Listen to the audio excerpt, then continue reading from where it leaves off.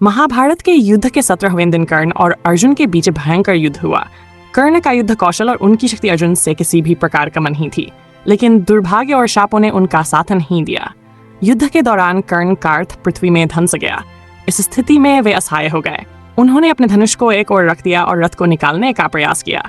कर्ण ने अर्जुन से युद्ध नियमों का पालन करने की अपील की और उन्हें रथ निकालने का आस में देने को, लेकिन श्री कृष्ण ने अर्जुन को कर्ण के जीवन के अन्यायपूर्ण घटनाओं और द्रौपदी के अपमान का स्मरण कराया। उन्होंने कहा कि युद्ध में ऐसे क्षणों में नियमों से अधिक विजय का महत्व है। अर्जुन ने श्री कृष्ण की बात मानी और अपने बाण से कर्ण का वध कर दिया। कर्ण की मृत्यु के बाद पांडवों ने विजय प्राप्त की, लेकिन उनकी खुशी अल्पकालिक रही।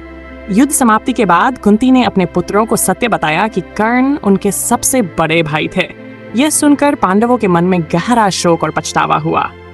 वे सोचने लगे कि अगर यह सत्य पहले से पता होता तो शायद महाभारत का युद्ध ही टल जाता।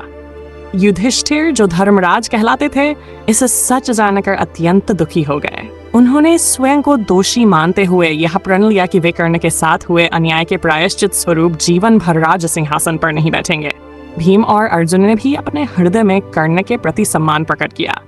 श्री कृष्ण ने पांडवों को समझाया कि कर्ण एक महान योद्धा और असाधारण व्यक्तित्व के धनी थे।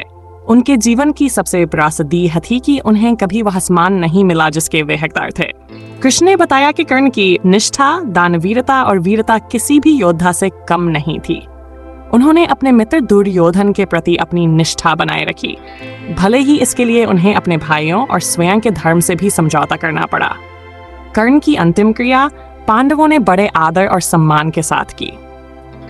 श्री कृष्ण ने सूर्यदेव से प्रार्थना की कि कर्ण को स्वर्ग में सर्वोच्च स्थान मिले। कर्ण की वीरता, दानशीलता और जीवन के संघर्ष को सदा के लिए अमर कर दिया गया। कर्ण की इस कहानी से हमें यह सीख मिलती है कि परिस्थितियां चाहे कितनी भी विपरीत हो, अपने सिद्धांतों और निष्ठा को बनाए रखना ही सच्चा साहस है। उनका जीवन इस बात का प्रतीक है कि सम्मान केवल बाहरी परिस्थितियों से नहीं, बल्कि अपने कर्म और चरित्र से अर्जित किया जाता है।